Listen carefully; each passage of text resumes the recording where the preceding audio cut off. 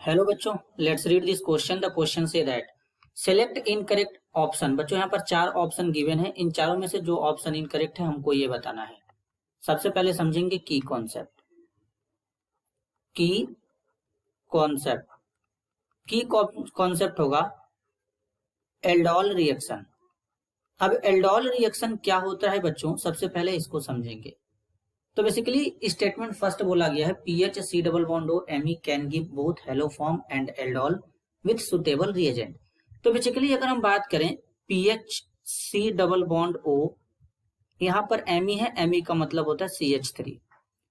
इस carbonyl compound के पास alpha hydrogen है। यहां पर देखेंगे सी डबल बॉन्ड ओ से जो कार्बन जुड़ा है बच्चों, इसे अल्फा कार्बन बोलेंगे। इस अल्फा कार्बन पे अल्फा हाइड्रोजन यहाँ पे है, तो इसका मतलब ये एल्डोल देगा। तो सबसे पहले इसको डाइल्यूट NaOH के साथ ट्रीट करेंगे। NaOH लेंगे बच्चों, डाइल्यूट लेंगे। जब डाइल्यूट NaOH लेंगे तो यहाँ से OH माइनस आएगा। अब OH माइनस क्या करेगा, Na पे positive, OH negative. OH negative यहाँ से एक हाइड्रोजन को एब्स्ट्रैक्ट कर लेगा, तो यहाँ से वाटर बाहर हो जाएगा। यहाँ बनेगा PHC double bond O CH2 negative, एक कार्बन आयन बनेगा। अगेन यहाँ पे PHC double bond O CH2 negative लेंगे, PHC double bond O CH3 आएगा। बॉन्ड का पोलैरिटी जनरेट करवाएंगे, पार्शियल नेगेटिव पार्शियल पॉजिटिव। ये इस पे अटैक करेगा। अटैक करने के बाद बनाएगा PHC डबल बॉन्ड O। यहाँ पे क्या हो जाएगा बच्चों, यहाँ पे हमारा हो जाएगा इस तरीके से। ये जो CH2 है बेसिकली इस तरीके से सबसे पहले यहाँ पे बनाएंगे इसको। यहाँ पर ये है PHC O नेगेटिव, यहाँ पर आ जाएगा CH3 CH2 C double bond O PH। अब इसको H प्लस देंगे, ये इस H प्लस को एब्स्ट्रैक्ट करेगा।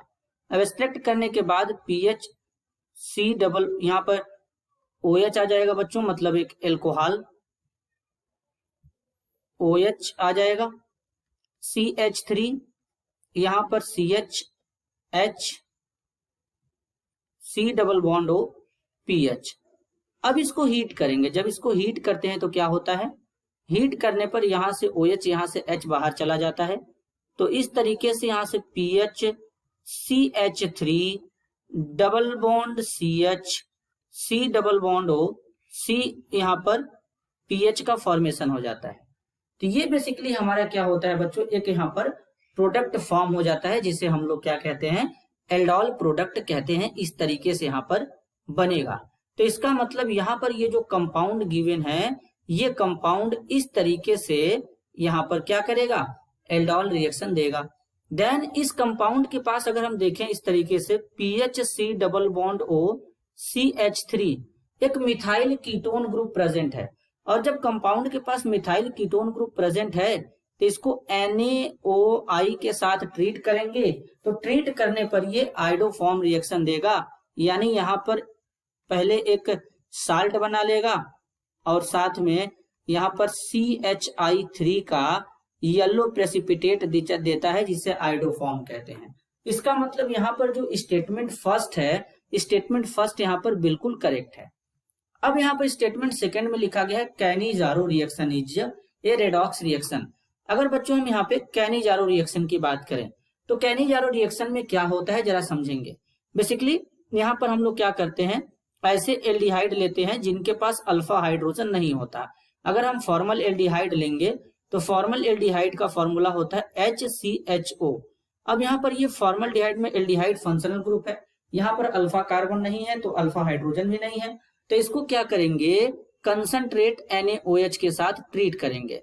जब इसको कंसंट्रेट NaOH के साथ ट्रीट करेंगे तो कंसंट्रेट NaOH के साथ ट्रीट करने पर बच्चों क्या होता है, कुछ इस तरीके से यहाँ पर एक मोल जो एल्डिहाइड होता है वो हमारा एल्कोहल में रिड्यूस हो जाता है इस तरीके से, और दूसरा मोल जो एल्डिहाइड होता है वो कार्बोक्सिलिक एसिड के साल्ट में ऑक्सीडाइज हो जाता है। तो इसका मतलब है कि ये एक टाइप का क्या है, डिसप्रोपोर्शनेशन रिएक्शन है। और डिसप्रोपोर्शनेशन रिएक्शन जो होता है एक रेडॉक्स रिएक्शन का टाइप्स होता है बच्चों। तो इसका मतलब यहाँ पर जो स्टेटमेंट 2 है बोला गया है कैनिजारो रिएक्शन जो होता है ये एक रेडॉक्स रिएक्शन होता है, तो बिल्कुल करेक्ट है।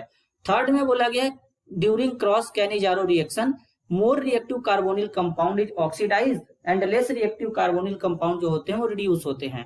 तो बेसिकली अगर हम बात करें क्रॉस कैनिजारो में क्या होता है, जब दो डिफरेंट एल्डिहाइड जैसे कि एलिफेटिक एल्डिहाइड और एरोमेटिक एल्डिहाइड इस तरीके से लेंगे, ये एलिफेटिक एल्डिहाइड है और ये एरोमेटिक एल्डिहाइड है।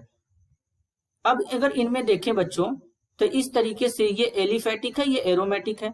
इनको जब हम लोग ट्रीट करेंगे कंसंट्रेट NaOH के साथ में, तो यहाँ पर कंसंट्रेट NaOH हो जाएगा, साथ में H3O+ आ जाएगा।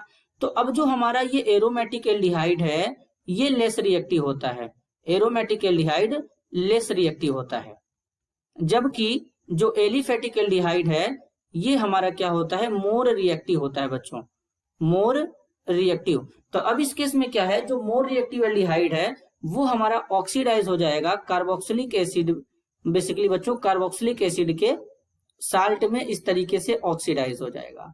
और जो लेस रिएक्टिव एल्डिहाइड है, लेस रिएक्टिव एल्डिहाइड किस में कन्वर्ट हो जाएगा बच्चों, लेस रिएक्टिव एल्डिहाइड जो है ये हमारा एल्कोहल में रिड्यूस हो जाएगा, इस तरीके से यहाँ पर रिड्यूस हो जाता है। अब ऐसा क्यों होता है, बेसिकली अगर हम फॉर्मल एल्डिहाइड को ओपन करें तो फॉर्मल एल्डिहाइड जो होता है ये मोर रिएक्टिव है, क्योंकि अगर हम इसको पोलैरिटी को जनरेट करें partial negative partial positive charge, इस कार्बन पे इलेक्ट्रोफिलिसिटी ज्यादा है जिसके कारण इसका रिएक्टिविटी ज्यादा है। जबकि अगर हम बेंजल्डिहाइड में बात करेंगे तो यहाँ पर क्या है कि इस कार्बन के ऊपर पार्शियल, यहाँ पे ऑक्सीजन में पार्शियल नेगेटिव आएगा बच्चों, ऑक्सीजन पे पार्शियल नेगेटिव आएगा, कार्बन पे पार्शियल पॉजिटिव। तो अब यहाँ पर ये जो पॉजिटिव चार्ज है यहाँ पर इलेक्ट्रोफिलिसिटी कम है, क्योंकि बेंजीन रिंग है +R लगाएगा, +R के कारण इस पॉजिटिव चार्ज को कम कर देगा, तो इसका रिएक्टिविटी कम हो जाएगा, तो इसलिए रिड्यूस हो जाता है, ऑक्सीडाइज नहीं होता। तो यहाँ पर जो स्टेटमेंट थर्ड है ये भी बिल्कुल करेक्ट है। अब स्टेटमेंट 4 की बात करेंगे बच्चों। यहाँ पर जो स्टेटमेंट 4 है बच्चों, ये जब इसका एल्डोल कराएंगे तो एल्डोल कराने के बाद यहाँ पर क्या होगा, ब्रिज हेड पोजीशन पे डबल बॉन्ड बनेगा। अब ब्रिज हेड पोजीशन पर जब डबल बॉन्ड बनेगा तो यानी इसका मतलब है बच्चों कि ब्रेड्स रूल के अकॉर्डिंग जो ब्रिज हेड पोजीशन होता है वो sp2 हाइब्रिडाइज नहीं हो सकता। तो इसलिए जो लास्ट वाला ऑप्शन है ये इनकरेक्ट ऑप्शन है। This is your answer. I hope you understood it well. All the best.